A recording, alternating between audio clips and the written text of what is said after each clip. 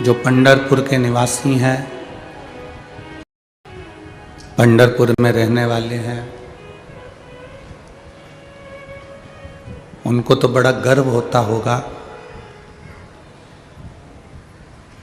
कि उनकी सीधी पहचान हरि विट्ठल से है, तो फिर क्या डरना है।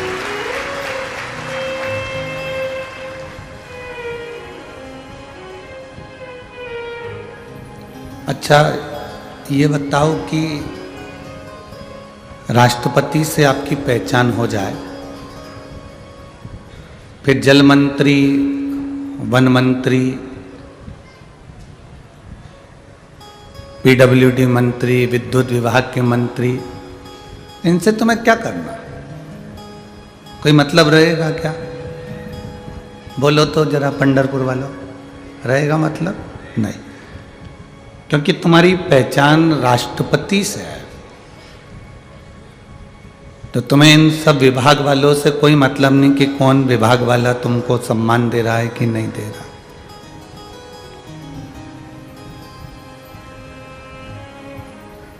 कल एक पत्र में किसी ने लिखा था कि मेरा राहु खराब चल रहा है और मेरे शनि की दृष्टि भी गलत पड़ रही है। मैं पंडित जी को बताई, ज्योतिषाचार्य को मैंने पत्रिका दिखाई, तो उन्होंने मुझे बताया कि तेरा शनि भी खराब है, तेरा राहु भी खराब है। अब मैं क्या करूं?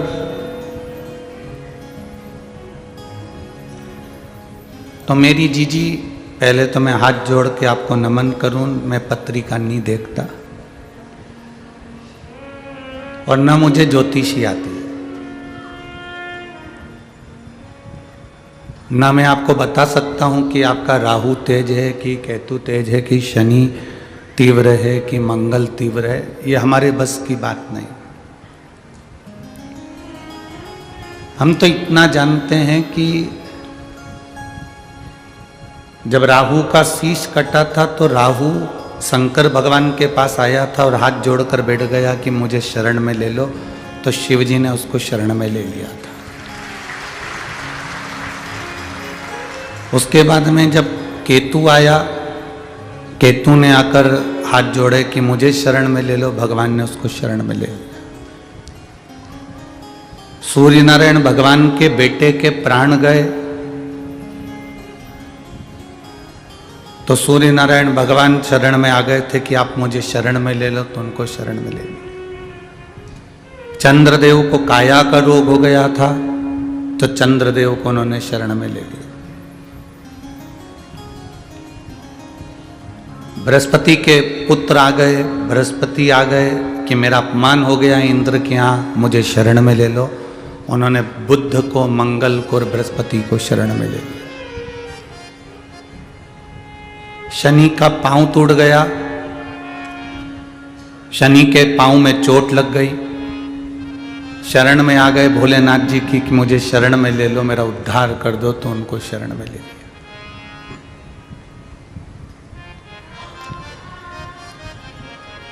अब एक शिव में चंद्र भी है, मंगल भी है, राहु भी है, केतु भी है, शनि भी है, सब शिव में है। तो आप अगर एक लोटा जल शिव जी को समर्पित कर रहे हो तो तुम्हें 10 जगह जाने की जरूरत नहीं, अकेला ही साध लेगा। वो राष्ट्रपति है।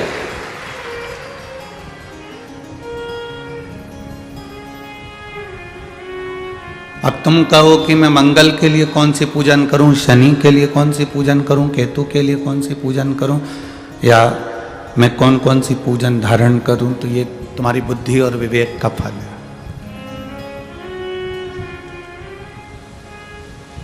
आप तो केवल देवाधिदेव महादेव को एक लोटा जल समर्पित करो, भगवान शिव की भक्ति करो।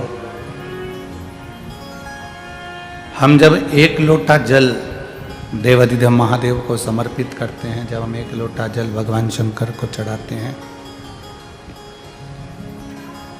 एक लोटा जल जब हम भगवान शिव को समर्पित करते हैं, तो वो जल हमारे शरीर में हमारी राशि में जितने ग्रह खराब होते हैं, सारे ग्रह को वो एक लोटा जल शांत कर देता है और हमारे को ग्रहों के अनुकूल कर देता है।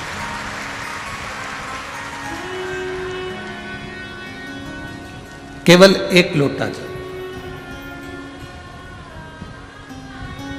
अब उसमें हमें ना तो विडंबना में पढ़ना है, ना हमें कहीं पढ़ना। वो एक लोटा जल हमारी सारी समस्या का हल है। हंसने वाले हंसेंगे, कहने वाले कहेंगे, ताना देने वाले ताना देंगे, बोलने वाले बोलेंगे, वो बोल जाएगा। आग लगे बस्ती में, अपन रहो मस्ती में। दुनिया कुछ भी कहे, उससे हमको कोई फर्क नहीं पड़ने वाला। हमें तो भगवान की अविरल भक्ति को प्राप्त करना है। हमें बस भगवान की अविरल भक्ति को प्राप्त करना है। उससे हमें कोई फर्क नहीं पड़ता कि हम क्या कोई कहेगा। तुम होटल में घूमोगे ना तो कोई तुमको टोकने वाला नहीं मिलेगा। मॉल में घूमोगे ना तो कोई तुमको टोकने वाला नहीं मिलेगा। कोई तुमको रोकने वाला नहीं मिलेगा। दुनिया के लोग सबसे ज्यादा रोकते टोकते हैं तो केवल सत्संग में जाने से रोकते टोकते हैं, मंदिर जाने से रोकते टोकते हैं, भगवान का भजन करने से रोकते टोकते हैं।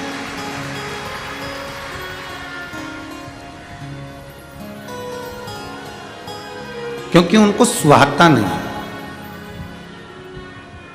हाँ, मेरी पंढरपुर की जीजियों और मेरे जीजाओं, मेरी माताओं, मेरी बहनों, मेरी बेटियों, मेरे बेटाओं, एक निवेदन जरूर करेंगे। संसार में जन्म लेने वाले व्यक्ति का सबका दुख अलग अलग है और सबका सुख अलग अलग है। सबका दुख भी अलग है और सबका सुख भी अलग है।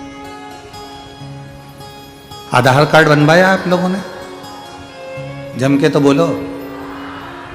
आधार कार्ड बनाने में सबसे जरूरी दो चीजें होती हैं, बाकी की किसी चीज की जरूरत नहीं होती। दो चीजें आधार कार्ड में सबसे जरूरी है। पहले नंबर पर है तुम्हारा फिंगर, तुम्हारे हाथ की उंगली, फिंगर का निशान। बोलो सही है कि गलत है? आधार कार्ड बनवाने में सबसे जरूरी है दो चीजें, एक हाथ का फिंगर और एक तुम्हारी आंखों की रेटिना। एक तुम्हारे नेत्र की रेटिना, तुम्हारे आंखों की रेटिना।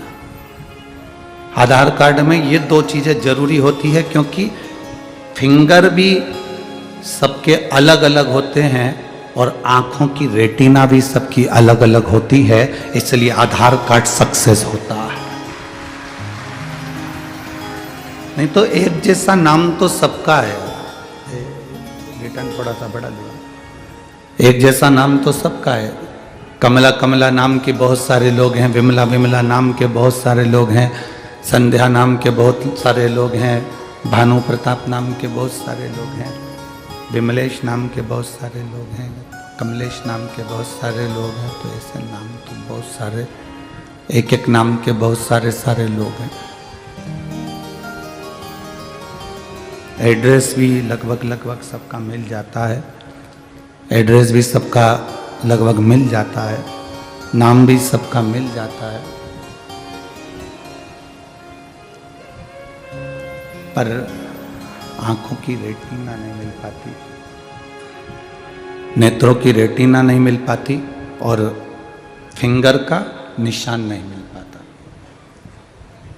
सबके दुख अलग अलग है, सबके कष्ट अलग अलग है। एक जैसा दुख किसी का नहीं है, एक जैसा कष्ट किसी का नहीं। अब जब एक जैसा दुख सबका नहीं है, एक जैसा कष्ट सबका नहीं है, एक जैसा सुख सबका नहीं है, तो शिव महापुराण की कथा कहती है हमारी जिंदगी में बहुत सारे दुख आएंगे। कभी हमारा घुटना दुखेगा, कभी हमारी कमर दुखेगी, कभी हमारा बेटा रोएगा, कभी बहू की आंख में आंसू आएगा, कभी पोते की आंख में आंसू आएगा, कभी पोती की आंख में आंसू आएगा, कभी किसी को तकलीफ होगी, कभी किसी को दुख होगा। हम कब तक अलग अलग उपाय करते फिरेंगे? हम कब तक अलग अलग चीजों के लिए भगवान के पास जाते रहेंगे? हम कब तक अलग अलग बातों को परमात्मा के सामने कहते रहेंगे? तो उसका एक साधन बताया, सारी समस्या का हल एक लोटा जल। उसका एक साधन है कि आप शिव के मंदिर में जाओ और एक लोटा जल शिव को समर्पित करो। आप भगवान के मंदिर में पहुंचकर भगवान को एक लोटा जल समर्पित करो, भगवान शंकर से प्रार्थना करो, अपने मन की बात देवाधिदेव महादेव से कहो। जब आप अपने दिल की बात, अपने हृदय की बात, अपने मन की बात जब भगवान शिव से जाकर कहोगे, अपने मन की बात जब बाबा देवाधिदेव महादेव से कहोगे, तो उसका एक आनंद दूसरा ही होगा। एक विश्वास को बढ़ाना,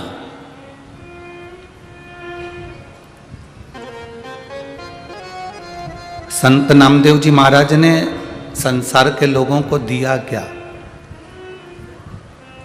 संत नामदेव जी महाराज ने संसार के लोगों को क्या दिया? संत नामदेव जी महाराज ने संसार के लोगों को विश्वास दिया कि मैं जब विश्वास के बल पर महादेव के मंदिर का दरवाजा बदल सकता हूं, तो विश्वास के बल पर परमात्मा भी पृथ्वी पर आ सकता है।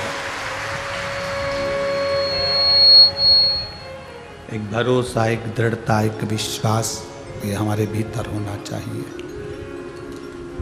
और जब तक हमारे भीतर विश्वास नहीं होता, हमारे भीतर दृढ़ता नहीं होती, भरोसा नहीं होता, हमारी दृढ़ता, हमारा विश्वास दृढ़ ही नहीं होता, तब तक परमात्मा मिलता नहीं।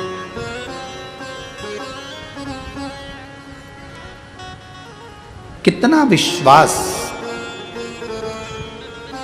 आप सब लोग बैठे हो इस कथा के पंडाल में, लाखों भक्त इस कथा को सुन रहे हैं और लाखों भक्त आस्था चैनल के माध्यम से, फेसबुक यूट्यूब के माध्यम से भी कथा को सुन रहे हैं। एक आपके भीतर का विश्वास, एक पत्र है, देखिए।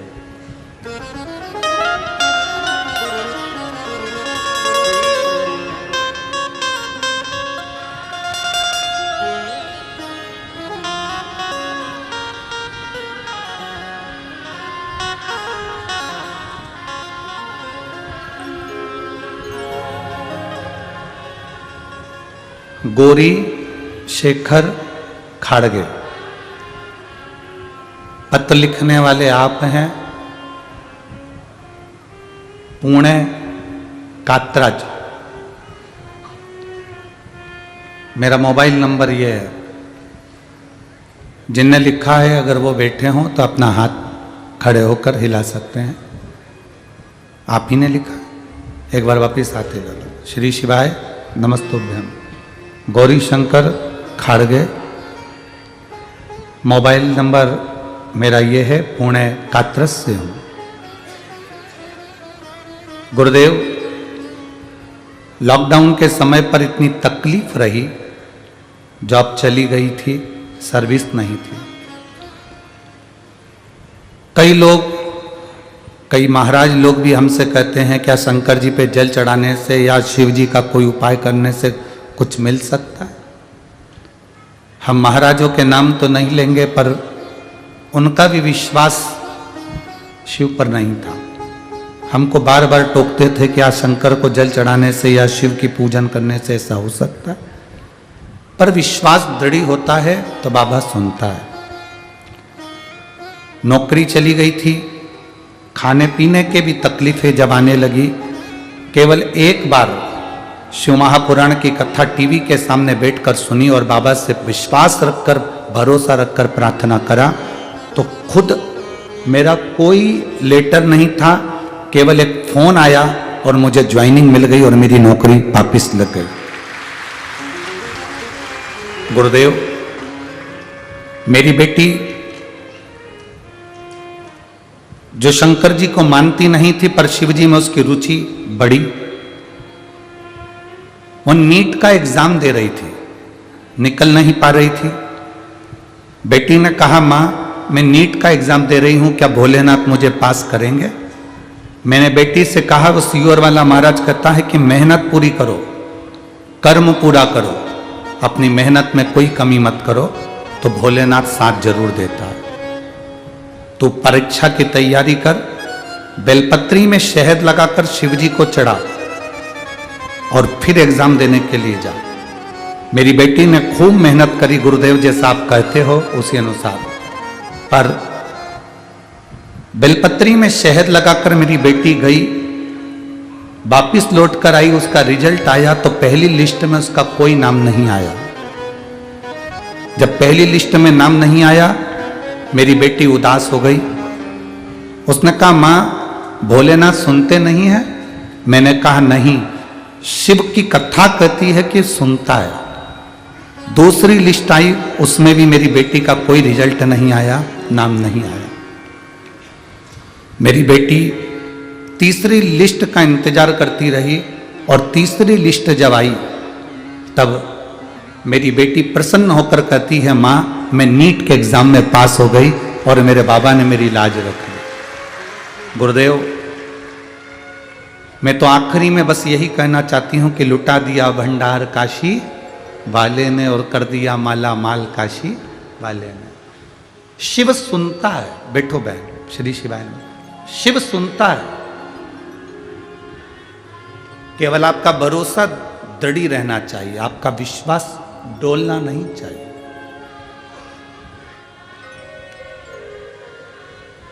जो भरोसे का पक्का होता है, जो विश्वास का पक्का होता है, शिव उसके साथ होता है।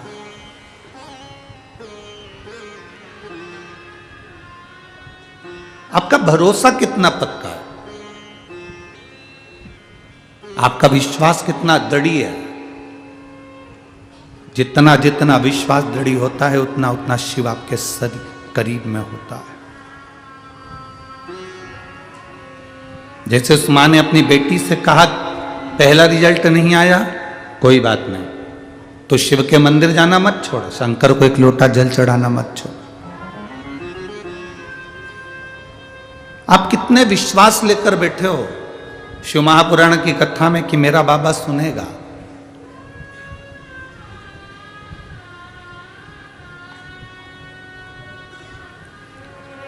मेरा बाबा सुनता भी है, करता भी है, और कब वो कृपा कर जाता है ये दुनिया के लोगों को मालूम नहीं पड़ पाता कि कब उसने करुणा कर दी। उसको दया सागर कहते हैं, करुणा सागर कहते हैं। कैसी करुणा करता है, कब करुणा करता है, वो मालूम नहीं पड़ने देता।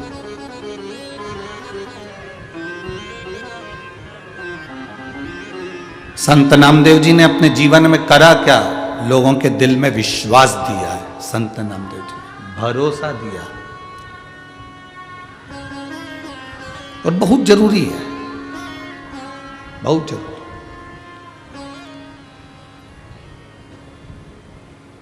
जब तक विश्वास दृढ़ नहीं होता, जब तक भरोसा पक्का नहीं होता, तब तक परमात्मा सामने आता भी नहीं।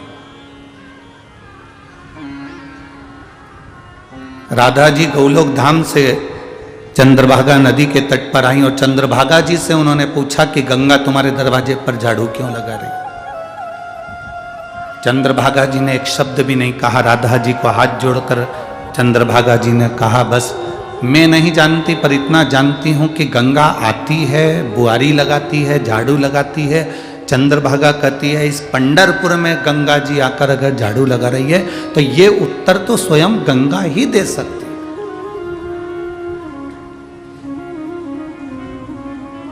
गंगा जी के सिवा ये उत्तर कोई नहीं दे सकता।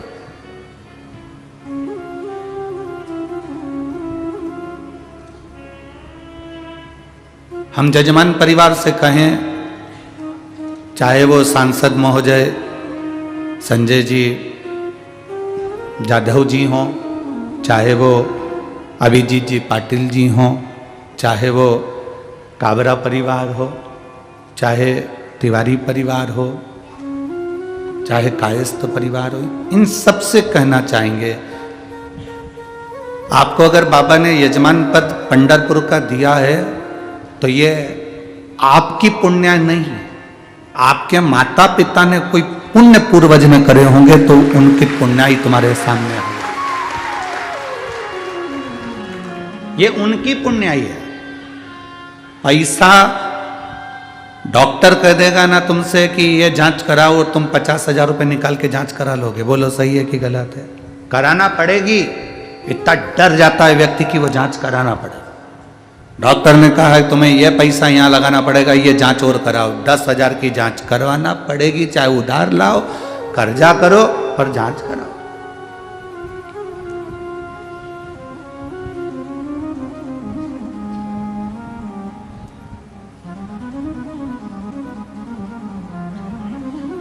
खून की जांच होती है, बोलो होती कि नहीं होती? अरे जम के तो बोलो।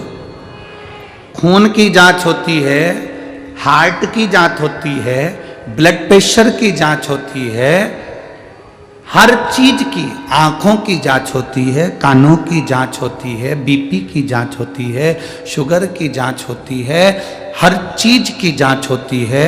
उसी तरह जब तुम्हारा 1 रुपया भी अगर सही जगह पर लग रहा है, तुम्हारा परिवार अगर शिव महापुराण की कथा में यजमान पद ग्रहण करा है, या आप शंकर की कथा में बैठकर कथा सुन रहे हो, या 50 रुपए खर्च कर कर तुम पंढरपुर तक पहुंचे हो, शिव महापुराण की कथा तक पहुंचे हो, तो ये हमारे धन की जांच है कि हमारा पैसा शुद्ध है कि अशुद्ध है। ये हमारे धन की जांच है। ब्लड की जांच होती है, शुगर की जांच होती है, बीपी की जांच होती है, हर चीज की जांच होती है। जब तुम्हारा पैसा बार बार डॉक्टर में लगे तो समझ लेना कि धन कुछ गड़बड़ आ गया है, तो वो गलत जगह लग रहा है। कोई खाके भग गया, कोई तुमने लगाया था पार्टनरी में वो ले गया, कहीं माल भेजा था वो माल डूब गया, उसने पैसा नहीं दिया, समझ लो कि पैसे की जांच हो रही है। और तुम्हारा पैसा अगर जजमान पद ग्रहण कर लिया, तुमने अगर शिव पुराण कथा सुन ली, तुमने 100 रुपए, 50 रुपए, 10 रुपए, 20 रुपए खर्च कर कर, ऑटो में लगाकर, गाड़ी में लगाकर, ट्रेन में लगाकर तुम कथा के पंडाल में पहुंचे, बाहर चक गर्मी पड़ रही हो, खूब चिलचिलाती धूप पड़ रही हो, और तुम्हारे को प्यास भी लग रही है, और तुम्हें कथा के पंडाल तक जाना है। कई लोग ऐसे भी होंगे पंढरपुर की भूमि पर रह रहे होंगे, पंढरपुर में बंगले और गाड़ियां उनके घर में होंगे, खूब जोरदार मकान बना कर रह रहे होंगे, पर अपना घर छोड़कर भी वो कथा के पंडाल तक नहीं जा पाएंगे, क्योंकि परमात्मा उनको नहीं बुला पाएंगे। सारी दुनिया के लोग, वारकरी संप्रदाय के लोग 200-300 किलोमीटर दूर तक पैदल चलकर, 500 किलोमीटर दूर तक चलकर पंढरपुर पहुंचकर भगवान का दर्शन करते हैं। और कई पंढरपुर में रहने वाले भी ऐसे जीव होंगे जो अपनी दुकान छोड़कर भी हरि विठ्ठल का दर्शन करने आषाढ़ी एकादशी के दिन नहीं जा पाते हैं, क्योंकि उन्हें फुर्सत नहीं। अगर काम धंधा, काम धंधा, काम धंधा, व्यापार व्यवसाय करते करते करते करते, अरे जिस आषाढ़ी एकादशी को पूरी दुनिया चलकर पंढरपुर आ रही है, उस आषाढ़ी एकादशी को 1 मिनट तो तू भी झलक ले ले मेरी हरि विठ्ठल की, तो तेरी जिंदगी संवर जाए। कमाने के लिए पूरी जिंदगी पड़ी है, खूब कमाओ, पूरा जीवन पड़ा है, खूब दिल से कमाना, कोई मना नहीं करेगा तुमको, कोई नहीं रोकेगा। और हम भी कहते हैं कथा में, तुम्हारी कैपेसिटी से ज्यादा कमाओ, तुम्हारे से जितना बन जाए उससे दुगना कमाओ, हम मना नहीं करेंगे, पर अपने धन की जांच भी करिए। सत्संग में गए, ये हमारे धन की जांच है। भजन में पहुंच गए, भजन में तुम्हारा मन लग गया, ये हमारे अन्न की जांच है।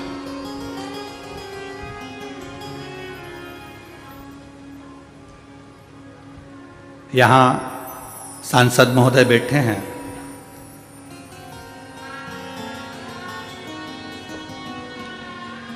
कावरा जी, आपके पास में जो सांसद जी बैठे हुए हैं, इनकी जब शादी पक्की हुई, इन्होंने अपनी धर्म पत्नी के गले में मंगलसूत्र बाद में बांधा, क्योंकि संजय बंडू भैया सांसद जी, ये वारकरी हैं, इनके गले में तुलसी की कंठी है। इन्होंने मंगलसूत्र बाद में बांधा, पहले गले में तुलसी की माला बांधी, उसके बाद मंगलसूत्र बांधा। पहले तुलसी की माला बांधी, फिर मंगलसूत्र बांधा कि उनको भी वारकरी संप्रदाय में जोड़ा गया। अपना पहले हरि के बन जाओ, पहले परमात्मा के बन जाओ, बाकी की जिंदगी तो सब चलती ही रहना। हम रहने के बाद भी, पंढरपुर में रहने के बाद भी अगर हम चंद्रभागा का स्नान नहीं कर सके, पंढरपुर में रहने के बाद भी हमारी विट्ठल का दर्शन ना कर सके, और हम गर्व से कहते हैं कि हम पंढरपुर में रहते हैं, तो हरि विट्ठल भी कहेगा बहुत आते हैं, बहुत। पंढरपुर में बहुत आते हैं, हरि विट्ठल भी कहते हैं इतने आते हैं, किसी के लिए मेरा हरि विट्ठल मंदिर को छोड़कर बाहर चले जाता है, और किसी किसी को मंदिर में अपने सिर पर बिठाकर मंदिर के अंदर ले जाता है। बहुत आते हैं, बहुत।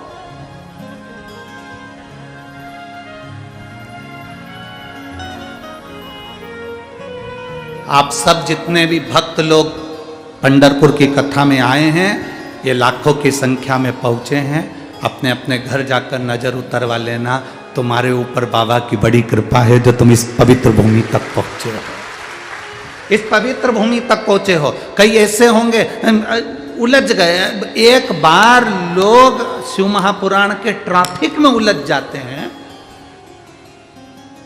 आप में से कई लोग होंगे ट्रैफिक में उलझे कि नहीं उलझे अभी तक? अरे बोलो तो जम के तो बोलो जरा। अब यहां से मतलब मत रखो कि कथा के ट्रैफिक में, मतलब तुम तो मुंबई चले जाओ, पुणे चले जाओ, बड़े शहर में चले जाओ, तुम्हारे नगर में चले जाओ, तुम कहीं जा रहे हो वहां चले जाओ, जब तुम ट्रैफिक में उलझ जाते हो तो तुम्हारा चेहरा कैसा रहता है?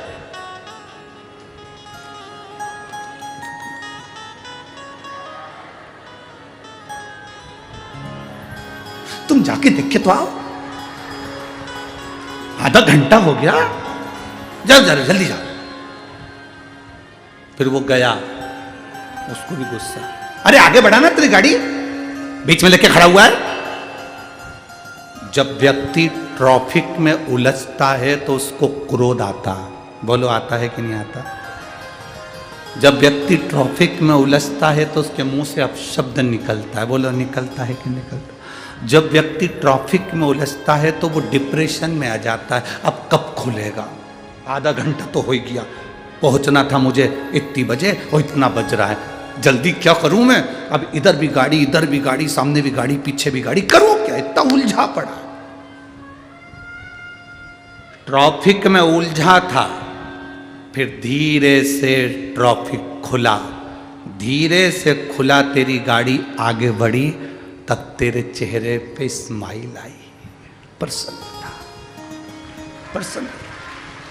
और फिर जब धीरे धीरे पूरा रास्ता खुल गया, फिर हवा भी लगी गाड़ी की, और फिर टेप चालू करा, विट्ठल विट्ठल विट्ठल, फिर टेप चालू करा गाड़ी का, और भजन में अब मन लगा, और रास्ता क्लियर, और क्लियर करते करते करते करते फिर अपनी मंजिल तक पहुंच गए। ये केवल ट्रैफिक की कथा नहीं है, ये अपनी कथा है। संसार के ट्रैफिक में अपन सब उलझे हुए हैं, थोड़ा इंतजार करना, ट्रैफिक क्लियर जरूर होगा, उलझने हटेगी जरूर, ये निश्चित है। कितना भी ट्रैफिक लगा हो, कितना भी ट्रैफिक जाम हो, क्लियर होने में थोड़ा समय लग सकता है, धीरे धीरे क्लियर होगा, तुम्हारे चेहरे पर प्रसन्नता जरूर आएगी। उसी तरह संसार में कितना भी दुख आ जाए, कितनी भी तकलीफें आ जाए, कितना भी कष्ट आ जाए, घबराना मत, ट्रैफिक क्लियर जरूर होगा, निश्चित।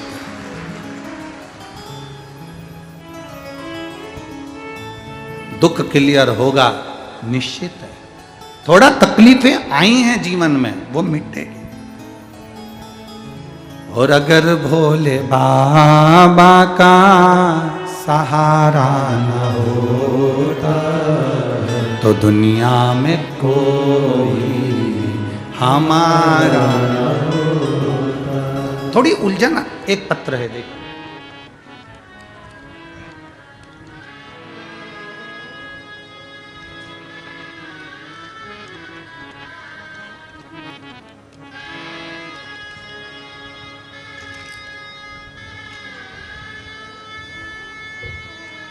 मिस रंजना राजेश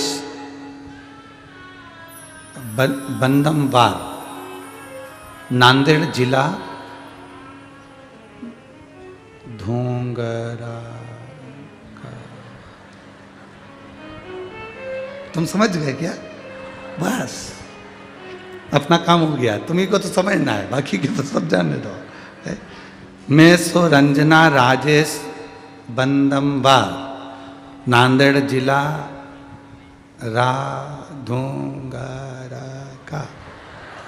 ठीक है, कहीं बैठी हैं, हाथ हिला सकती हैं, कहीं बैठे आप ही हैं, ऐसे हाथ हिला दो एक बार। श्री शिवाय नमस्तुभ्यं, प्रणाम।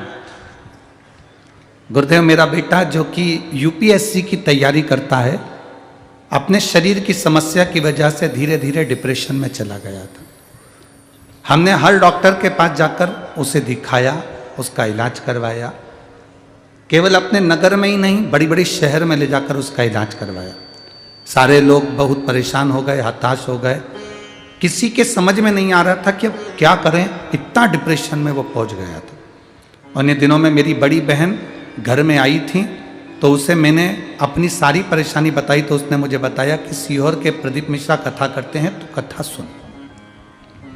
उसमें एक लोटा जल सारी समस्या का हल बताते हैं। शिव महापुराण की कथा सुनना प्रारंभ करा, तभी से मैं शिव जी को एक लोटा जल अर्पित करने लगी, मैं शिव जी को जल चढ़ाने लगी। गुरुदेव, पिछले 6 महीने से शिव जी की आराधना में पूरे मन से कर रही हूं, और बाबा की कृपा का मैं क्या गुणगान करूं गुरुदेव। बाबा बाबा है।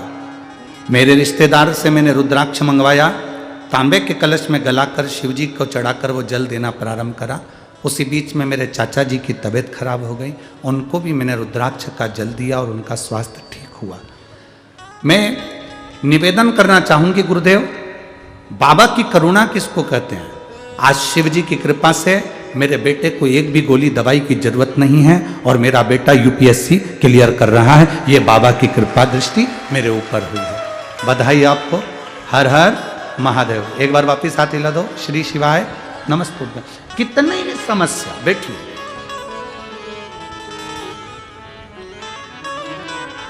उलझनों में गिरा हुआ व्यक्ति है, डिप्रेशन अर्थात ट्रैफिक का जाम है, ट्रैफिक जाम है तो क्लियर भी होगा। थोड़ी समस्या ज्यादा है तो उसका हल भी होगा। कि अगर भोले बाबा का सहारा न हो तो दुनिया में कोई हमारा न होता। अभिजीत जी पाटिल जी, पंढरपुर के आंबा जी, जब हम यहाँ पहुंचे थे तो इन्होंने कहा था, गुरु जी पंढरपुर में बहुत सारे आयोजन होते हैं, बहुत सारी चीजें होती हैं, पर इतनी सारी व्यवस्थाएं हैं, करने वाला हरि विठ्ठल है। एक बार कथा चालू हो जाए ना तो हमारी आधी चिंता मिट जाए। तो कल जब हम जा रहे थे तो पाटिल जी कह रहे थे अभिजीत जी कि गुरुदेव बड़ी कृपा पंडरीनाथ ने करी, मालूम नहीं पड़ने देता कि 1 बजे से 4 कब बज जाती है, और भक्त अपना कथा का रसपान कर कर अपने अपने भवन की ओर चले जाते। शिव तत्व है, यह ओघड़ी का तत्व है। आप जितना जितना भक्ति में डूबेंगे, आप जितना जितना भजन में डूबेंगे, उतना उतना सुख है। डूब लो, बस अंतर है, पानी में डूबने वाला मर जाता है और शिव महापुराण में डूबने वाला तर जाता है। दोनों में अंतर है। पानी में डूबोगे तो मरोगे, और शिव महापुराण में डूबोगे तो तरोगे। ये निश्चितता है कि आप शंकर की कथा का रसतत्व जो ग्रहण कर रहे हो उसमें भक्ति का एक आनंद है।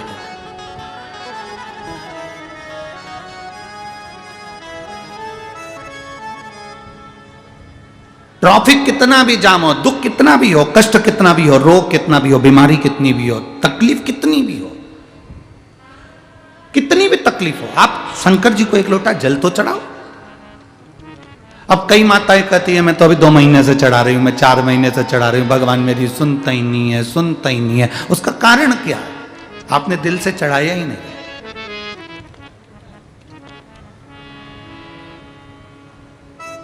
दो तरह का भोजन बनता है। ओ मेरी जीजियों, आप भोजन बनाती हो ना तो 2 तरह का भोजन बनता है। एक भोजन सास से लड़ाई हो जाए तब बनाओ, और एक भोजन तुम्हारी शादी की सालगिरह,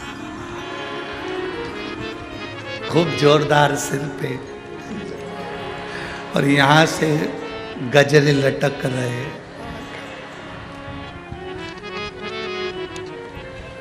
भेरू तो सो ही रिया है और तुम जगदम्बा ऐसी तैयार हो, और पेंसिल से फिर लाइन खींच के और डब्बा भर के और जो तैयार हो के और चाय लेके तुम फिर सर के पास पहुंची, गुड मॉर्निंग, आज अपनी शादी की सालगिरह। पति तकिए से टिका, आज ही का ही वो दिन था, आज ही का दिन था जिस दिन मेरी मती मारी गई थी, आज ही का दिन था। अब वो फिर भी वो प्रसन्न में और भोजन बना रही है। एक सास से लड़ाई हुई तब भोजन बनाया, और लड़ाई में जो भोजन बना उसका स्वाद तुम खाके देख लेना, कहीं मिर्ची तेज, कहीं नमक तेज, कहीं कुछ। और जिस दिन उस दिन का भोजन करके देखना, क्या जोरदार भोजन, क्या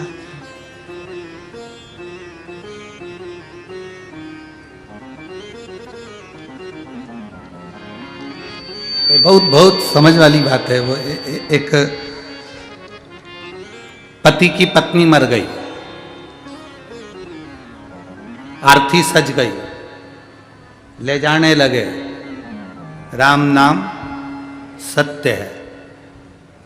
जाते जाते आम के पेड़ के नीचे से अर्थी निकल रही थी, उस पे बंदर कूद गया। जो डाली पे बंदर कूदा वो डाली उसकी पत्नी को लगी, लगते से ही पत्नी उठ के, लगते से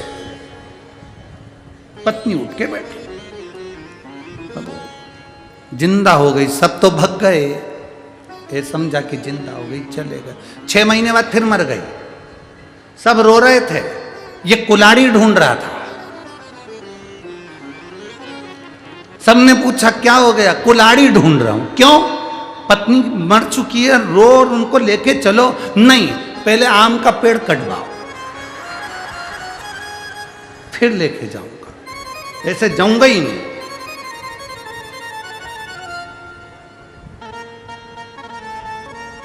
भोजन में अंतर है।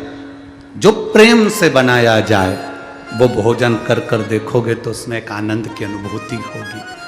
जो क्रोध से बनाया जाए उसमें रुचि नहीं होगी, ना आनंद होगा, ना वात्सल्यता होगी, ना प्रेम होगा। उसी तरह पशुपति व्रत करने वाले भी 2 तरह से व्रत करते हैं। एक भाव से करते हैं, एक हमको कुछ चाहिए तो करते हैं। एक भाव से कि भगवान का मैं व्रत करूंगी और मेरा विश्वास कहता है कि मेरा बाबा सुनेगा। एक पत्र है, देखिए,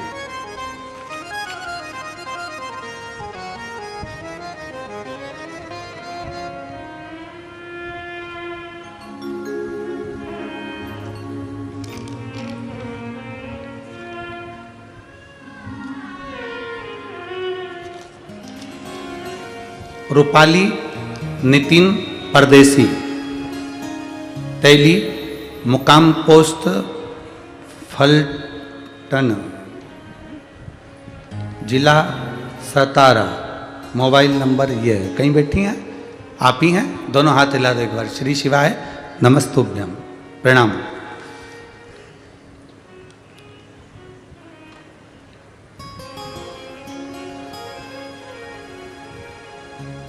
आपने बहुत अच्छी एक लाइन लिखी है। आज तक हमने इस लाइन को तो गुनगुनाया नहीं, पर आपने लिखा है तो बहुत अच्छा लिखा है। ऐसा दरबार कहाँ, ऐसा दाता कहाँ, छोड़ी सारी ये दुनिया, ऐसी सरकार कहाँ। आपको बहुत बहुत नमन, बहुत अच्छी बात है गुरुदेव। मैं बाबा का क्या वर्णन करूं, एक लोटे जल का महत्व बताती हूं गुरुदेव। मेरी सब पीड़ा बाबा ने मिटा दी। 25 साल से रजो धर्म की तकलीफ थी, इतनी पीड़ा पेट में होती थी कि मेरे से दर्द सहन नहीं होता था। सारे डॉक्टरों का इलाज करवाया, दवा ली, पर आराम नहीं लगा। 23 साल निकल गए, फिर अचानक दर्द इतना बढ़ गया कि मेरे पति ने मुझे पूना के कमांड अस्पताल में दिखाया। वहाँ सोनोग्राफी करवाई और डॉक्टर ने जब देखा तो बताया कि बच्चेदानी में 2 गठाने हो गई।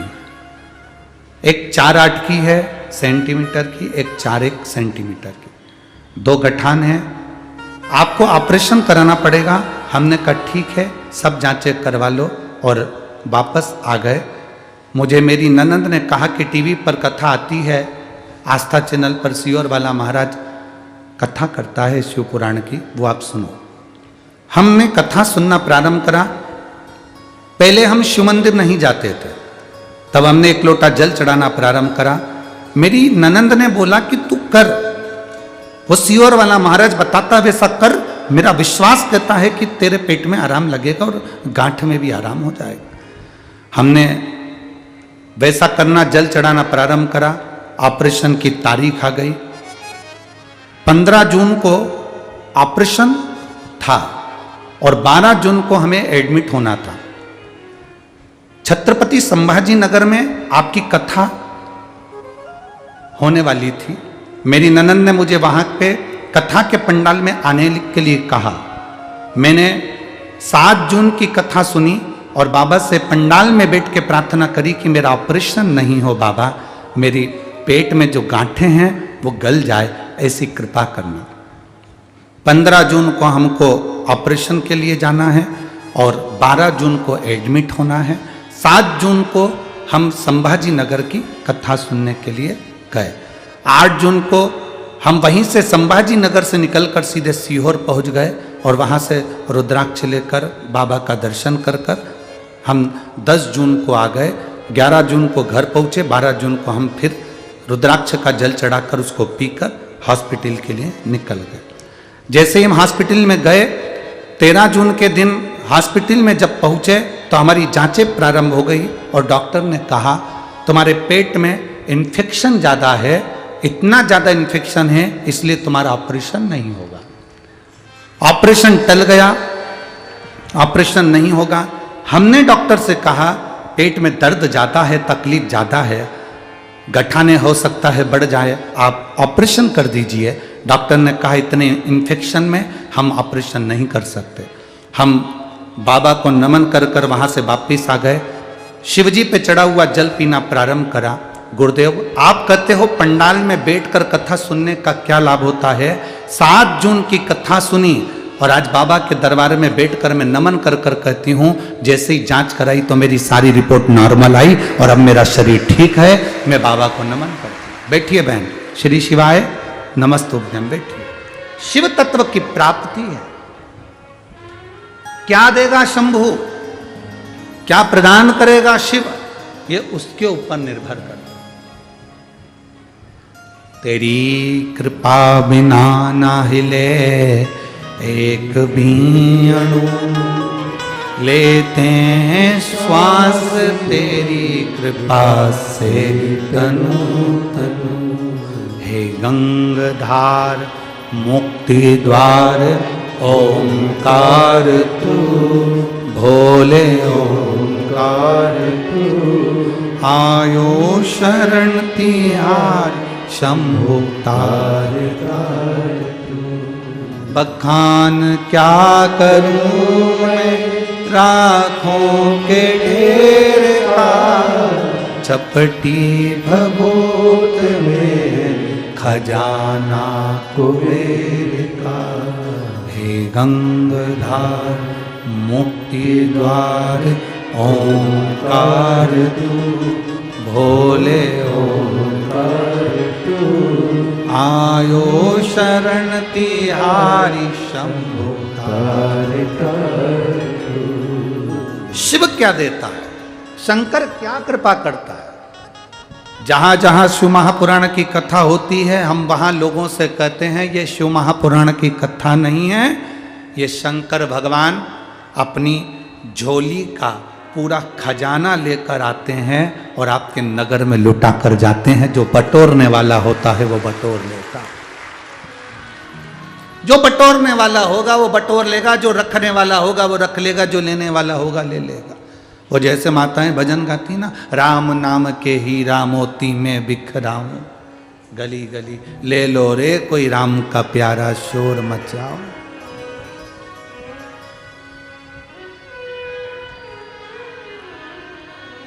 उसने लुटा दिया, उसने दे दिया, अब आपका फर्ज है आप कितना ग्रहण कर रहे हैं।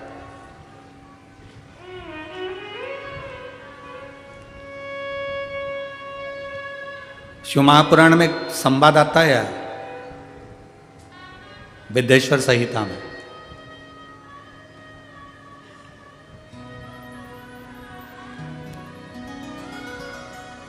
देवऋषि नारद काम पर विजय प्राप्त करने के लिए, काम को जीतने के लिए तप करे। काम पर उन्होंने विजय प्राप्त कर ली।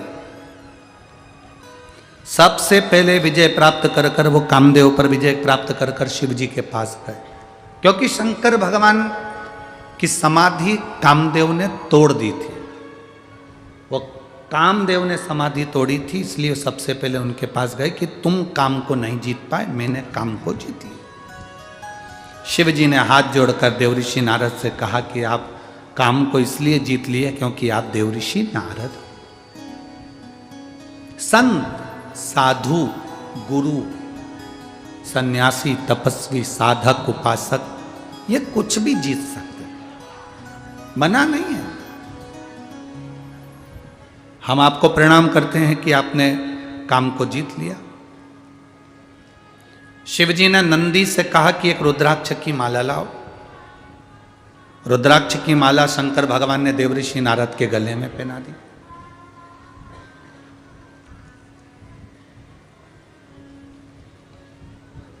नारद जी बाहर निकले तो शंकर भगवान ने कहा, सुनो, जो तुमने मुझसे कहा ये भगवान विष्णु से मत कहना कि शंकर जी काम को नहीं जीत पा और मैं जीत गया। ये आप ना कहिएगा, ये आपको बोलना नहीं है, भगवान विष्णु से हो। देवऋषि नारद जाने लगे। शंकर जी ने बैठने का स्थान दिया था तो देवऋषि नारद नहीं बैठे थे। बाहर निकलते से रुद्राक्ष की माला को निकालकर जमीन पर फेंक दिया देवऋषि नारद।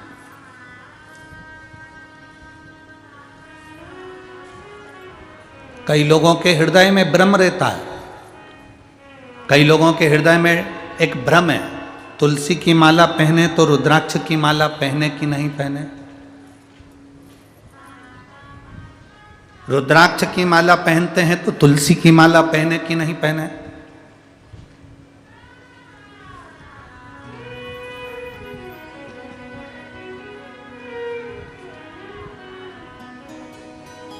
कभी डॉक्टर को दिखाने के लिए गए हो आप लोग? बोलो तो जम के। तुम्हारे पेट में दर्द हुआ, किसी डॉक्टर ने आज तक एक गोली दी? अरे जम के तो बोलो। नहीं। कितनी गोली देता है? एक गोली के साथ दूसरी गोली जरूर देगा। इसका साइड इफेक्ट नहीं हो तो ये वाली गोली साथ में रखो, ये सुबह ले लो, ये दोपहर में ले लो। उसी तरह रुद्राक्ष की माला और तुलसी की माला हमारे गले में है तो दुनिया के साइड इफेक्ट हो ही नहीं सकते, ये निश्चित है। कौन कहता है कि रुद्राक्ष के साथ तुलसी मत पहनो, तुलसी के साथ रुद्राक्ष मत पहनो? कौन सी पुराण में लिखा, कौन से शास्त्र में लिखा, कौन से वेद में लिखा, किस जगह पर लिखा? शिव महापुराण के कौन से अध्याय में लिखा? कौन से स्कंद पुराण में, लिंग पुराण में, नर्मदा पुराण में, कुर्म पुराण में, ब्रह्म वैवर्त पुराण में, नरसिंह पुराण में, नारद पुराण में, कौन से पुराण में लिखा कि तुलसी की माला के साथ रुद्राक्ष नहीं होना चाहिए, रुद्राक्ष के साथ तुलसी नहीं होना चाहिए? कहां लिखा है? ये दुनिया के लोगों ने भ्रम पैदा कर दिया, दुनिया के लोगों ने भ्रम पैदा कर दिया। तुलसी के साथ रुद्राक्ष मत पहनना, रुद्राक्ष के साथ तुलसी मत पहनना।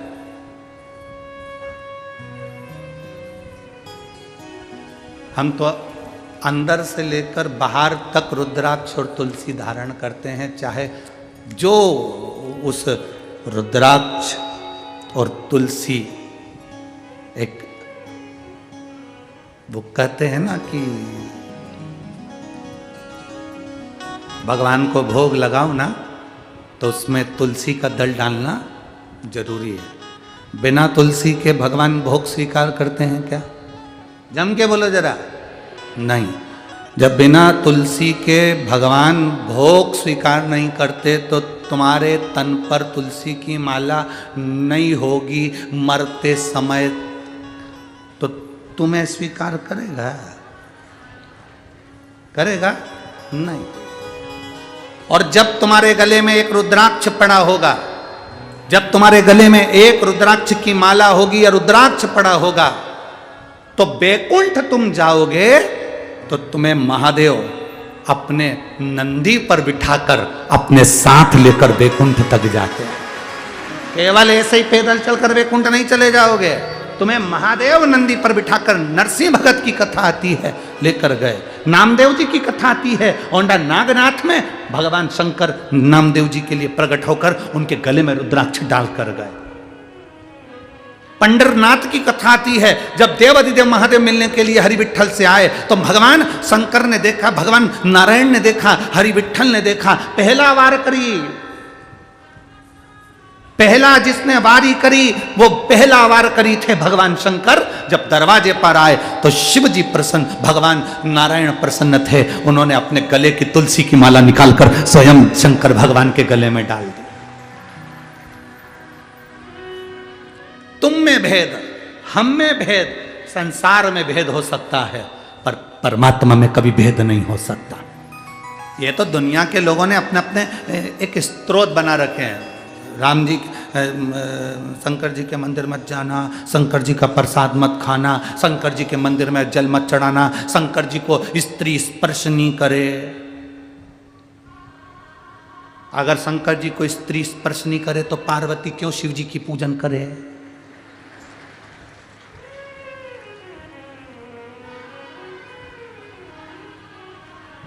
क्यों?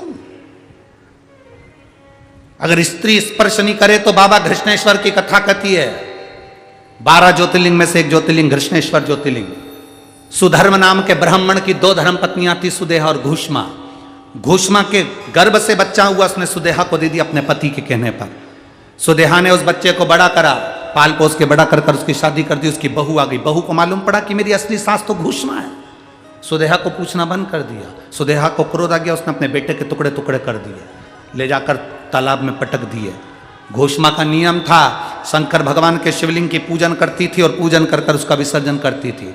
अगर स्त्री नारी शंकर के शिवलिंग का स्पर्श नहीं कर सकती तो फिर घोषमा ने कैसे शंकर जी की पूजन कर ली और स्पर्श कर कर पूजन कर कर विसर्जन करके आई। जो विसर्जन करा, शंकर जी से कहा मेरा बेटा बहुत दिन से नहीं देखा, बाबा कृपा करो। 15 दिन 8 दिन 20 दिन पहले मरा हुआ बेटा तैरता हुआ बाहर निकल कर आ गया, वो घृष्णेश्वर महादेव हो गए।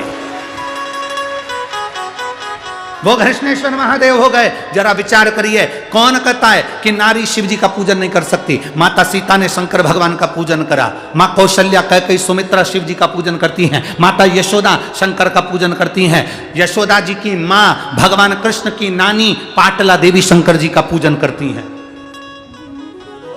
राजा जनक स्वयं शंकर जी का पूजन करते हैं सुनैना जी के साथ।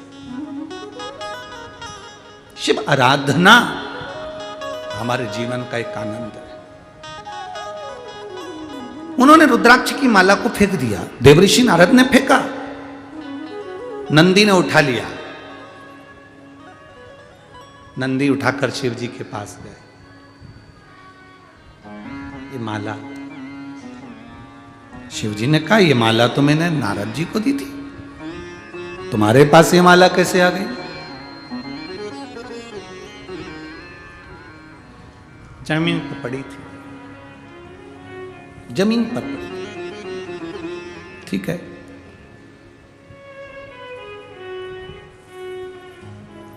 जब जिंदगी में तकलीफ आना होती है तब व्यक्ति शंकर भगवान की निंदा करना चालू कर देता है, या शिव पुराण की निंदा करना चालू कर देता है, या शंकर के भक्त की निंदा करना चालू कर देता है। सब समझ लेना, जब मुख से शंकर की निंदा हो रही हो, शिव पुराण की निंदा लोग कर रहे हो, जिसने करी, अब समझ लेना कि उसके जीवन का तकलीफ का समय प्रारंभ हो गया। अब उसकी जिंदगी में अब दुख सामने खड़ा है, जीवन में दुख उसके सम्मुख।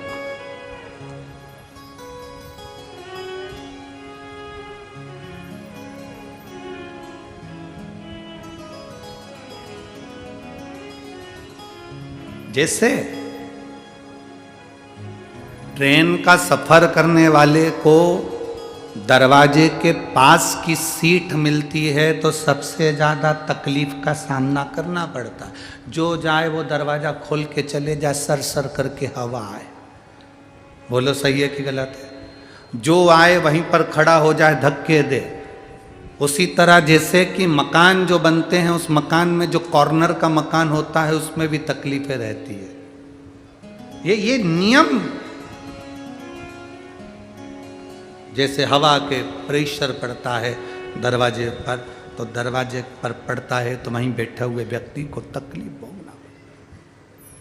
उसी तरह शिव की निंदा करने वाला, शंकर की निंदा करने वाला, शंकर के लिए अपशब्द कहने वाला, वो उसको भोगना पड़ेगा। अब नारद जी का समय आ गया जिन्होंने रुद्राक्ष को जमीन पर फेंक दिया, जिसकी कोई मूलता नहीं जानी। कितना सुंदर कहा, तुलसी का मन का और रुद्राक्ष का मन का कभी खंडित नहीं होता। बहुत ध्यान देना, जिस तुलसी के मनके से आप माला जपते हो, रुद्राक्ष के मनके से आप माला जपते हो, उसका मनका भी अगर टूट गया है तो उसको झोली में ही पड़े रहने दो, क्योंकि तुम्हारी माला जपते जपते जपते जपते वो मन का इतना राम में रम गया, इतना हरि विठ्ठल में रम गया, इतना शिव में रम गया कि वो मन का सिद्ध हो गया। और इतना सिद्ध हो गया कि वो मन का टूटने के बाद भी टूटा हुआ नहीं है, वो सिद्ध की सिद्ध है। किसी भी देवता की मूर्ति टूट जाती है तो खंडित कहलाती है। राम जी की मूर्ति टूट गई, खंडित कहलाएगी। भगवान कृष्ण की मूर्ति टूट गई, खंडित कहलाएगी। दत्त की मूर्ति टूट गई, खंडित कहलाएगी। जिस देवता की मूर्ति है जरा सी भी टूट गई तो खंडित कहलाती है। पर केवल एक शंकर जी का शिवलिंग ऐसा होता है जो टूट भी जाता है तो खंडित नहीं कहलाता, अखंड कहलाता है। तुम्हारे घर में अगर शंकर का शिवलिंग है, वो टूट भी गया, आप सीहोर का कंकर उठा कर लिया, उसके टुकड़े टुकड़े हो गए। आप शंकर नर्मदा का कंकर उठा के लिया, उसके टुकड़े टुकड़े हो गए। तुम्हारे घर में जो शिवलिंग है वो टूट गया, खंडित हो गया, वो खंडित नहीं माना जा सकता, उसको खंडित नहीं कर सकते। उसके 4 टुकड़े भी हो गए तो वो सहस्त्र कहलाएगा, उसके टुकड़े टुकड़े भी हो गए तो सहस्त्र शिवलिंग कहलाएगा, सहस्त्रलिंग कहलाएगा। वो खंडित नहीं कहला सकता। हमसे लोग बात कहते हैं, गुरुजी हमारे गांव में एक बहुत पुराना शिवलिंग है, वो खंडित हो गया, तो वो शिवलिंग का हम क्या करें? हमने कहा फोटो भेजो जरा शिवलिंग का। अब उन्होंने फोटो भेजा शिवलिंग का, और फोटो भेजा तो फोटो आया। फिर हमने आश्रम पर जब फोटो आया कुबेरेश्वर धाम पर, तो ऑफिस के उस व्हाट्सएप पर हमने देखा, चेक करा तो हमने कहा शिवलिंग कभी खंडित नहीं होता। शंकर के शिवलिंग के अगर बारीक बारीक टुकड़े टुकड़े भी हो जाए, कण कण भी अलग हो जाए, तो भी वो शिवलिंग ही कहलाता है। कभी जाना कुल्लू मनाली में बिजली महादेव हैं, कभी मौका लगे तो बिजली महादेव का दर्शन करने जाना। आसमान में जो बिजली चमकती है वो बिजली महादेव पर गिरती है, उसका नाम बिजली महादेव है। बिजली महादेव पर गिरती है तो महादेव के शिवलिंग के टुकड़े टुकड़े हो जाते हैं। इतने टुकड़े होते हैं कि उसको बारीक बारीक टुकड़ों को वापिस जोड़ना पड़ता है। शिवलिंग के टुकड़े टुकड़े हो जाते हैं, बिजली महादेव पर बिजली गिरती है, टुकड़े टुकड़े हो जाते हैं। जब टुकड़े टुकड़े हो गए तब एक परिवार में, उसके परिवार में कोई विकलांग है, वो विकलांग ऊपर जाता है, उसके घर में कोई ना कोई विकलांग जरूर होता है, वो सब दूर से माखन मंगकर ऊपर जाता है, बिजली महादेव के टुकड़े टुकड़े इकट्ठे करता है, मक्खन से उसको जोड़ देता है, जोड़कर 1 लोटा जल समर्पित करता है। फिर हाथी के पांव से भी तोड़वाओ तो वो महादेव नहीं टूटते हैं, उसको बिजली महादेव कहते हैं। बिजली महादेव जिनके टुकड़े टुकड़े होकर जुड़ जाते हैं। शंकर भगवान कभी खंडित नहीं होते, कभी खंडित नहीं है, अखंड है, अखंड।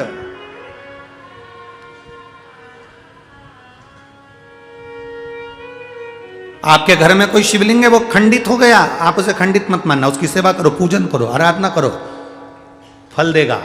रुद्राक्ष खंडित हो गया, उसे खंडित मत मानना, रुद्राक्ष कभी खंडित नहीं होता। 2 टुकड़े भी हो गए तो समझ लेना कि गौरी और शंकर हो गए, 4 टुकड़े भी हो गए तो समझ लेना गौरी शंकर कार्तिक और गणेश हो गए, उसके 6 टुकड़े भी हो गए तो समझ लेना कि जया विशारा शामलीवारी दौतली और देव, ये 5 कन्या भी उनके साथ आ गई। उस रुद्राक्ष के टुकड़े टुकड़े भी हो जाए तो वो मान्य है।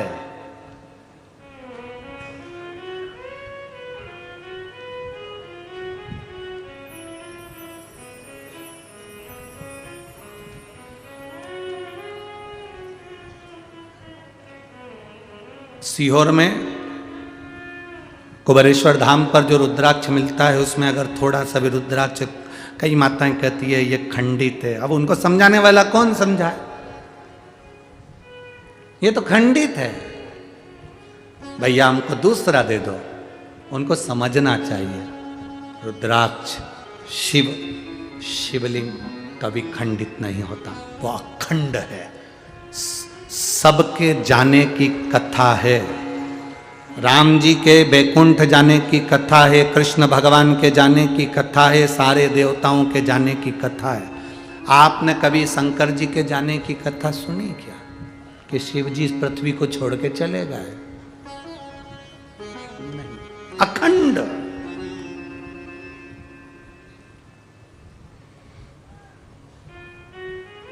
जो दुनिया के लोग तुमसे कहें कि पंढरपुर का इतिहास बताओ, कोई दुनिया के लोग कहें तुमसे कि चंद्रभागा का इतिहास बताओ, भीमा का इतिहास बताओ, कोई तुमसे कहे कि इस पंडरीनाथ का इतिहास बताओ, क्या ये पौंडलिक था तब पंढरपुर था ना?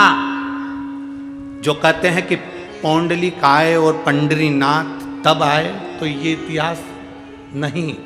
पंढरपुर का इतिहास देखना है तो स्कंद पुराण में देखो, उसमें लिखा है सतयुग था तब भी पंढरपुर था, त्रेता था तब भी पंढरपुर था, द्वापर था तो भी पंढरपुर था, और कलयुग है तो भी पंढरपुर है, और फिर युग निकलेंगे फिर पंढरपुर रहेगा।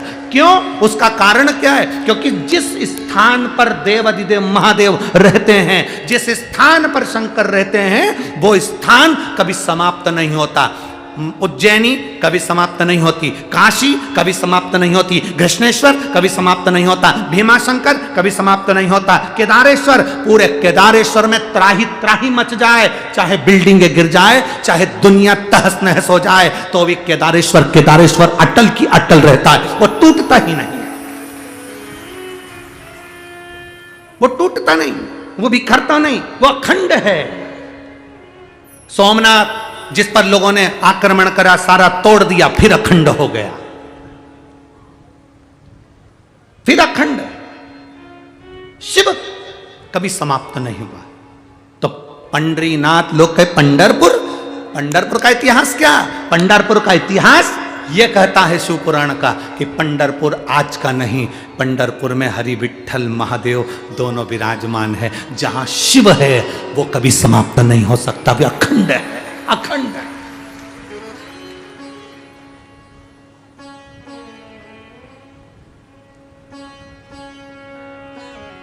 5 बार काशी काशी कह देने से व्यक्ति को मोक्ष मिलता है। कितनी बार? जम के बोलो जरा। 5 बार काशी काशी कह देने से व्यक्ति को मोक्ष मिलता है। शिव महापुराण कथा कहती है, एक बार मुख से हरिहर विठ्ठल कह देने से दुनिया को तृप्ति प्राप्त होकर परम धाम मिलता है। केवल एक बार मुख से विठ्ठल नाम का, क्योंकि शिव विठ्ठल में समाहित और विठ्ठल शिव में समाहित।